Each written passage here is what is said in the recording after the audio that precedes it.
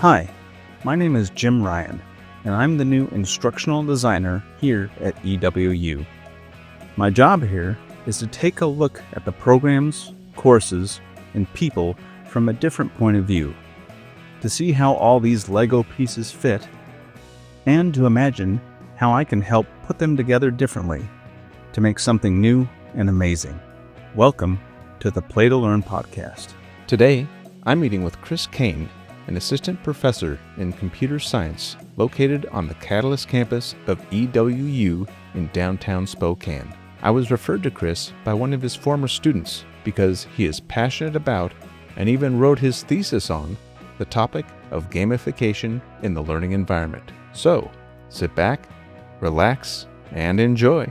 I'm here speaking with Chris Cain, and he was wonderful enough to allow me to have the opportunity to speak with him regarding gamification and other kind of fun experiments that you're currently working on. So, Chris, would you mind telling me a little bit about yourself? Yeah. I got my PhD 7 years ago. So I've been teaching for about 7 years across 3 different institutions. I started out at a small liberal arts college in Montana for a couple of years, and then was in the middle of, I've been meaning to work at Eastern for a long time. So I actually applied, 3 times. The first time the search was canceled due to only one qualified candidate. So unfortunately I had to go somewhere else. But that's when I met Stu Steiner. He walked into my office I was working in Montana, and I met him. He said, "Oh yeah, I was on that search committee. You're the only qualified candidate." We had to cancel the search, which was... That's counterintuitive. Yes. So the second search was canceled by COVID. So I had to move out to Pennsylvania, where I taught for 3 years, 3,000 miles away from friends and family. And my wife followed me out there, has been in public accounting for this whole time. And that has been certainly as interesting for her as it's been for me. But from all of this, I have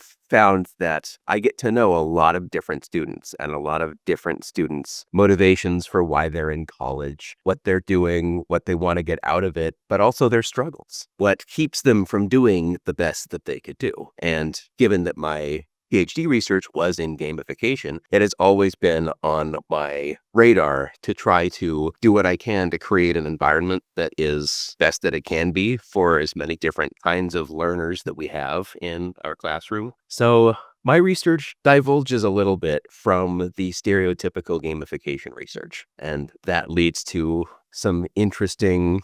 I kind of butt heads a little bit with the other researchers in gamification because they're very focused on what we can do inside of the classroom. And my research is very focused on what I can do outside of the classroom to help students inside the class. Well, this has definitely piqued my interest. Go on. Yeah. So let's just kind of talk historically. What has gamification been like in research for the last 10 or 15 years? And historically, we have tackled this problem by really focusing on the educational outcomes and getting as many of the educational outcomes as we can. So we design games that are meant to teach students particular kinds of the exact learning outcomes we want them to get out of a particular class. And that means that that's the focus. The game is really centered around whatever it takes to teach that outcome. And through my research as a graduate student, I found that games can be motivating, but they can really also be demotivating to students if they're put in a position that makes them uncomfortable. And there are many kinds of games that make anyone uncomfortable, especially in my field of computer science. You have a lot of introverts. If you force students to be competitive or you force students to be cooperative, which is usually the case in a classroom setting, is you end up on some kind of multiplayer journey. Either you're all working together or you're all working against each other, or you're working against each other in small groups to try to get at that natural competition that humans have. Unfortunately, if you're trying to do that to students in a way that they're not receptive to, that their psychology just says, I'm uncomfortable with this isn't fun to me, then you can actively scare people in a classroom setting, very similar to what you can do on the first day of class when you have those let's meet each other and learn each other's names memory games. Whoever's the last in line and has to say 25 or 30 facts about people that they've never met. Right. The last person just has, all right, Who are you again? What do you want? And you're consistently admitting that my memory is not good enough to remember 30 random facts about people I just met. No one really enjoys that. So I find that to be very similar in a classroom setting where not only are they not motivated to learn, but they're currently struggling with. So the game is pointing out further, hey, you're struggling with this content. Engage with it more in a competitive setting where you let everyone know just how bad you are at this right now. And students don't like that very much. Sure, absolutely. So that is kind of historically what we've done. We've put students in a classroom setting with the purpose of, well, we'll just surround this learning outcome with a game. But on top of the difficulties with students, that creates difficulties for instructors. Like the course content for that has to be exactly the course content surrounding that learning outcome. So that means that it's exactly what it sounds, that students don't have the ability to do exactly what they want from a teacher's perspective. They have to force this content to be this particular outcome. So it's not really transferable. The work that goes into that can't spread across classroom to some other classroom, even within the same field. It's a game that's designed for this particular outcome, and more content has to be generated for that if you want it to expand to more outcomes. So then 2 roads diverged in a yellow wood, and you took the one less traveled by. Oh, And where does that path lead? It leads very much outside of class into what I am personally passionate about, which is effort over the actual performance of the student in the class. If you are trying as hard as you can, you're doing the best that you can right now, given where you are, and that deserves to be rewarded, rather than immediately comparing you to someone in my field who's been programming since they were 7. If you're just learning how to program for the first time, and there's someone in the same class as you who just has so much more experience with it. It has nothing to do with innate levels of intelligence. It's just the level of experience. How many years have you been working with this? And so students who have been doing this for longer are, of course, going to be able to wipe the floor competitively with even the best students who are just learning this for the first time. So if you're surrounding this outcome with a game, what you're doing, very much like in other games, is kind of a win more mechanic. Those who are already doing well now seem that they have a competitive edge, and those who are just learning it for the first time and are already a little bit scared to talk about what they're learning because it may be so simple that someone else has been learning it or learned it a long time ago, they don't get the joy out of learning that for the first time. And there are so many moments like that in computer science, especially early on. There's moments of awe as you look at what a computer can do. And if you've been working with that since you were 7, it's like, yeah, of course it's amazing and can do billions of calculations per second. And it can solve this kind of problem that would take you the rest of your life in a matter of seconds. That deserves recognition when you have that moment of realization. Yeah, so you definitely have this disjunct between experience levels. So how do you even that playing field or make it more inviting for those coming in with the less experience, and make it also, if the person coming in who has a ton of experience, they're going to maybe feel not as challenged by that same content. So you have those two different things that you have to balance there. Yeah, it comes down to effort. Who's putting in more effort given what you know? So you try to factor out or filter out the experience level, and you do that through effort-based metrics. So I've done a lot of thinking about what can you do in a classroom setting to be able to reward effort versus performance. Obviously, grades are very performance-based, so factor out grades completely. They're close to irrelevant for the scope of the game that you're playing. Obviously, grades are important for the learning outcomes, and they're important at the end of the course, regardless of what's going on. But students are already motivated for that. They don't need additional motivation to do well grade-wise. They need reinforcement that the work that they're putting in is recognized, even if it's not A-level work. If you are currently, maybe the best you could do in a class that you're in is a C. With the knowledge that you have, the skills that you have, you're maybe a little bit behind in the understanding of the prerequisite material. But it's because you're there, that doesn't mean that if you put forward the effort to become a borderline C to B student, because you put all of that effort into that class to get the most out of it that you can, that should be rewarded and recognized. So I try to, in the games that I create or use, find a way to reward players with that effort-based metric. So that student who is a kind of natural C-level talent right now, as they start to push their understanding, as they start to become a B-level student from effort, that they're going to any leaderboard that exists, any competitive metric in a game, any progression-based metric in a single-player game, they're going to see that progress and feel that progress in a way that maps to the progress that they're experiencing in the classroom, which is a significant step forward for them. It's like leveling up, really. Exactly. It doesn't matter what level you are, you still get the same level up party that's thrown for you on the screen when you level up, regardless of whether you're going from level 3 to level 4 or level 29 to level 30. It doesn't matter. You've still leveled up. You've hit a milestone. It's worthy of celebration. Yeah, I think that is an awesome motivating factor, and inspirational as well, because you want to inspire those students to be motivated because, if they can tangibly see that progression, see the difference between when they first started and where they are now, they can see that if they put in the required effort, that will have more and more tangible results down the line. You actually bring up a really good point when you say that, and that's comparing students to past versions of themselves. That is one way to remove grades and to remove everything negative from that process. I find that if you compare students to where they were a week ago or 2 weeks ago or a month ago, if you are trying hard, you have skills that you didn't have.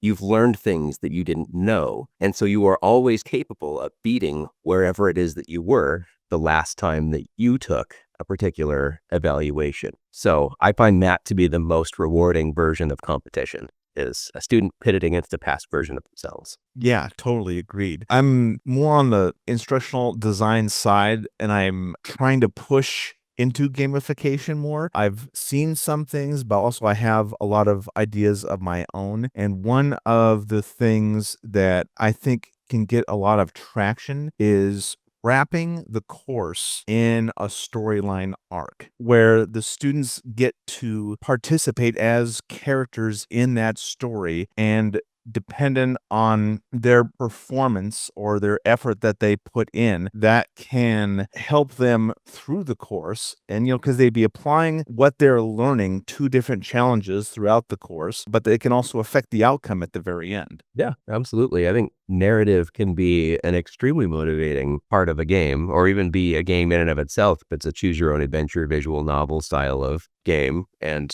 it intrigues me to think, well, if students had a level of control in that based on their level of effort, then those who apply the most effort would have the most sway when it comes to a class-wide vote or something about how should these characters respond to the narrative situation that they're in. Maybe the class becomes a choose your own adventure style classroom, and then you get a level of sway based on the effort that you put in. That seems cool to me. You don't feel like you have enough sway? Put in more effort in the class. Your voice will be louder. Yeah, absolutely. And it's teaching an entirely different set of skills that is also crucial for being out in the real world, because not only are you learning the content within the course, but you're also learning how to, socially interact, how to problem solve, how to do all these other skills that you're going to need in, whatever job you're going to be having when you graduate. So it's really preparing that student holistically rather than just this one narrow topic. Yeah, that's something I'm really passionate about as well, is what does it mean to be an adult? And college,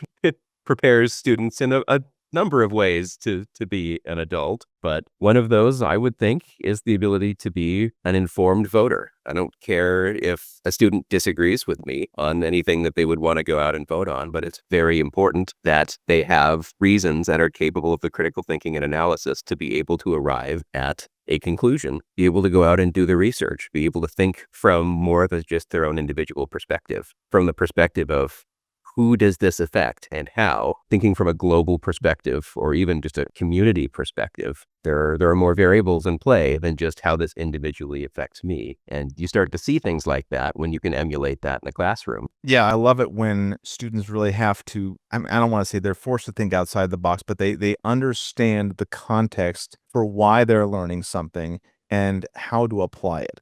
Like when I was back in high school, whatnot, and I was learning math, and they you'd ask, well, when am I going to use this? And they say, when you take the next math course, you're going to need to know this. And I'm like, well, that doesn't help me at all. I don't have any context for why I'm going to need that in the real world. I don't need to know, a squared plus b squared equals c squared on a daily basis. Give me a reason why I'm even doing this in the first place. Right. Yeah. And anyone worth their salt in their field should be able to explain why that curriculum is important. I try to come out ahead of those kinds of questions and motivate everything that we're doing.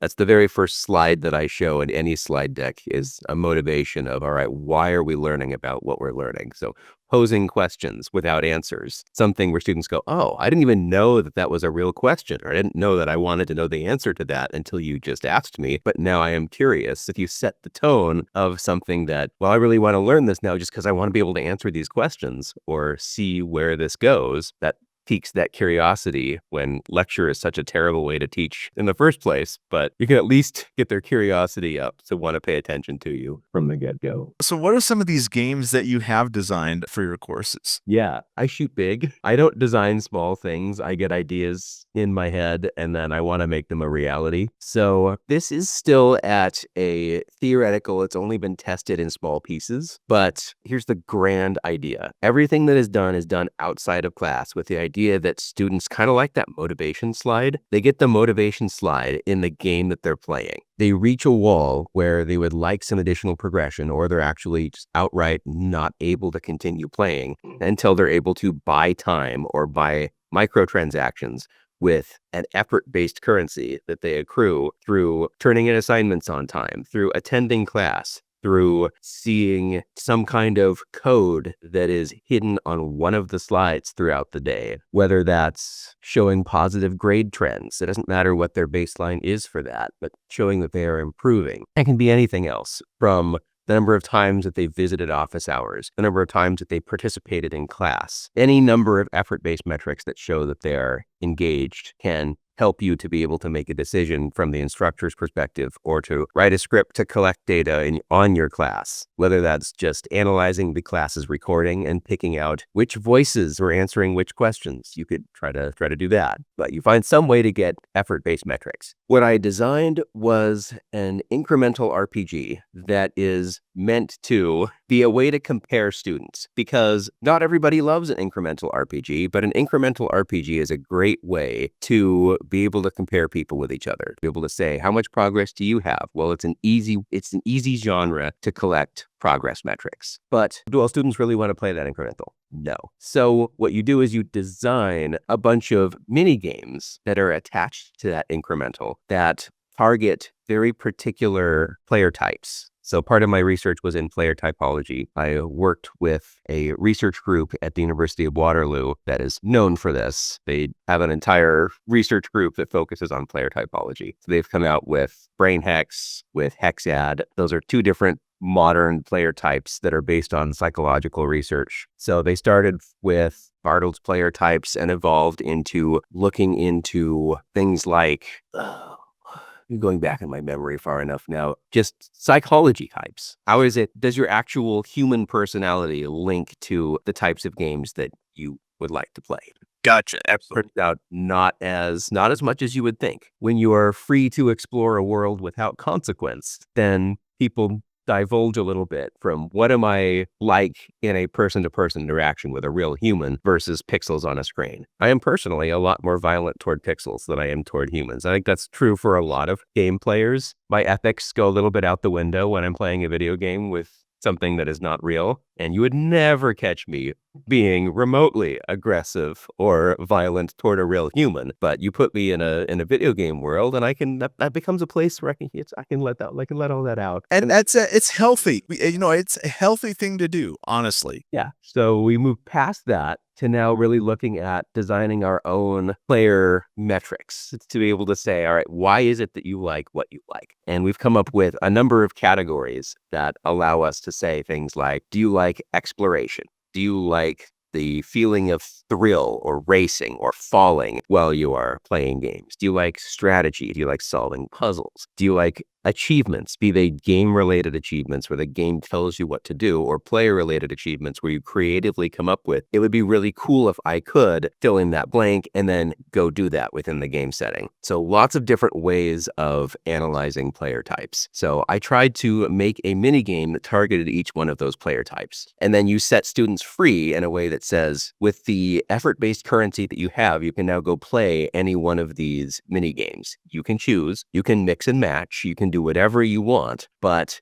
any progress that you make in any of those is fed up to the incremental game that is played as progress. And you do this on using a metric that is the amount of progress that you would expect someone to be able to make with a certain amount of time available. So maybe they have 15 minutes and you sit down with those who are playtesting your game. I get students to do this in a capstone setting usually, and they just record, where are you 15 minutes into the game? Where are you 30 minutes into the game? Where are you 45 minutes into the game? And they do this for hours, and I get a sense of where is the average person 15 minutes into the game. You can come up with raw scores from there. You feed that to the incremental, and that allows the incremental to rank how far players were able to get in their respective games. You gate how far players are expected to get by allowing them to strategically purchase microtransactions with effort currency that they get. So they can buy an amount of playtime that they can use, and that way the game is not playable for hours without doing or making progress in the class. Game-based addiction is something that I am very aware of and actively work to prevent, because that is something that goes against what we are trying to do in the classroom. It's very much a psychological tool that are used by a lot of mini games, especially on mobile devices, for sure. Yes, but it's very effective in mobile games. We've seen just how predatorily effective monetary microtransactions are. And so I thought, well, this is psychologically attractive, so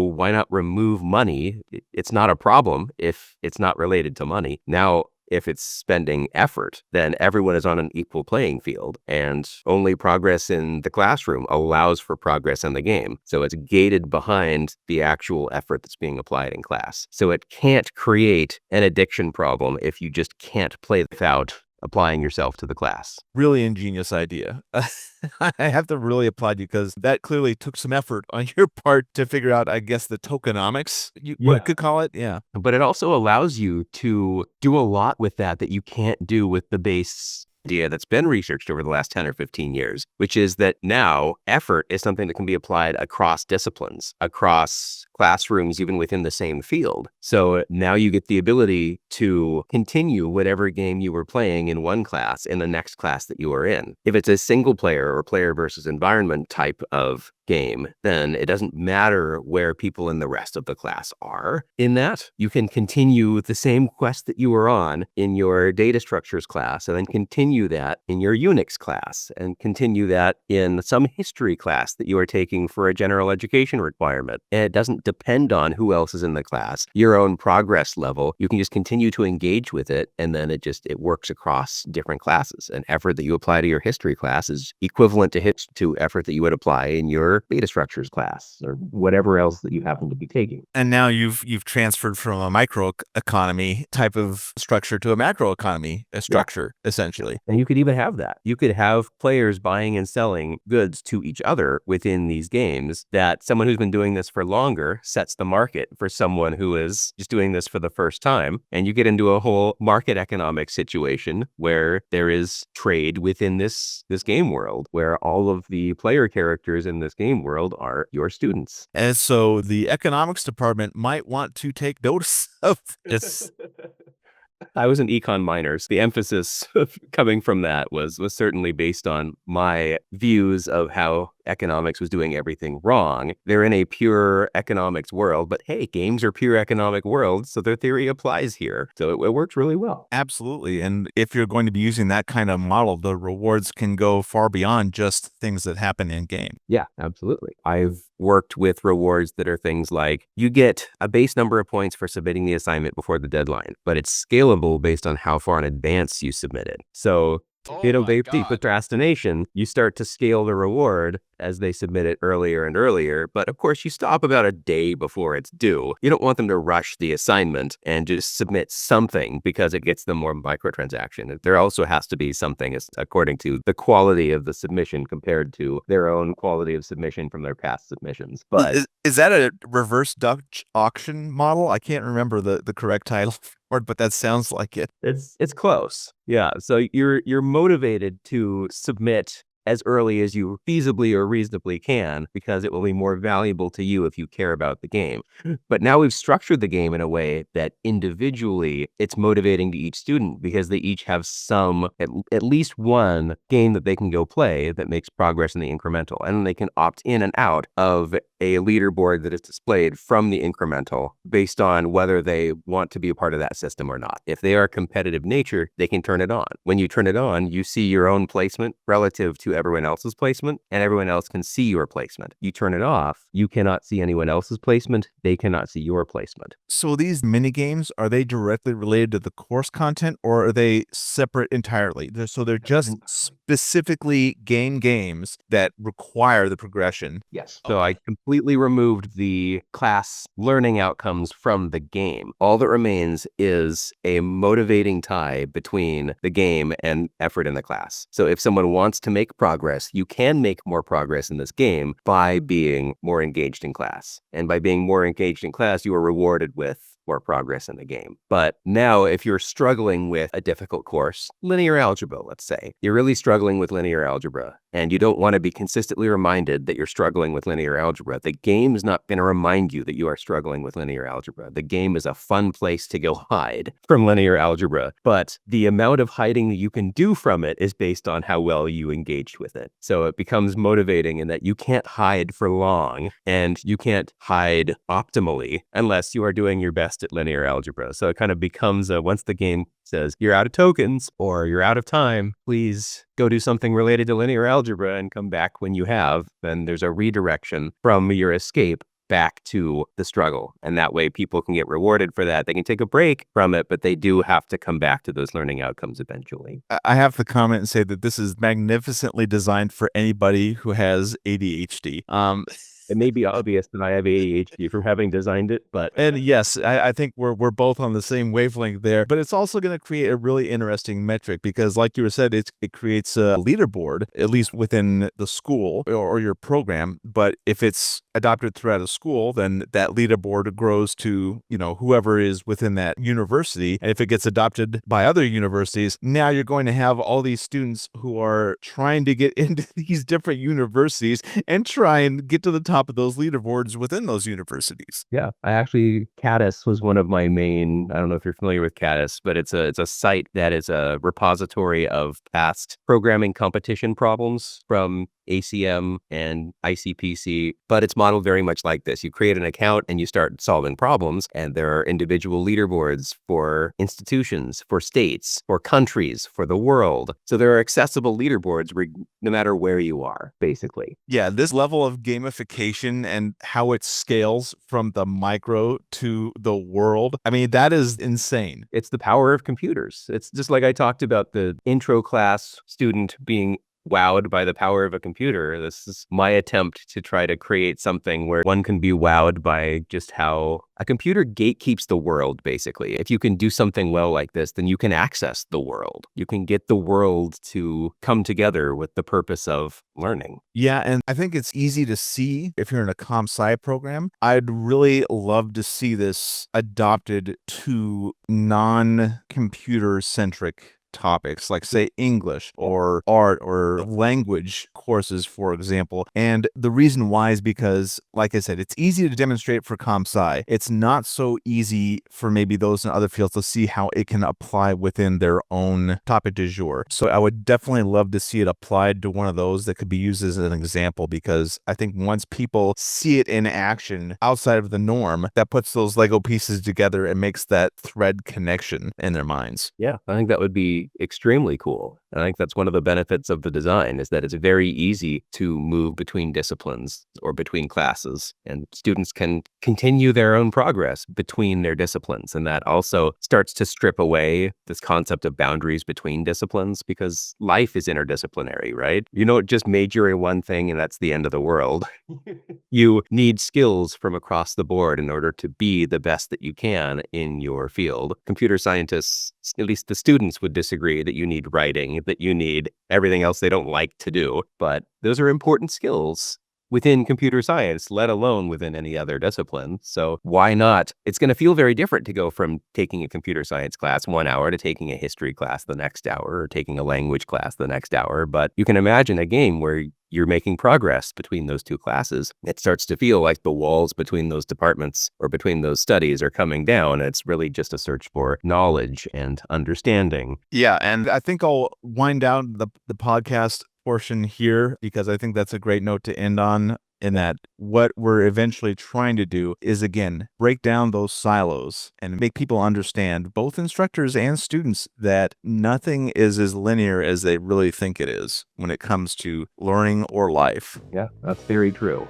Very, very true. Well, thank you, Chris. So we'll wrap this up here, but thanks for spending the time to jump on the podcast. Yeah, of course. Happy to do it anytime.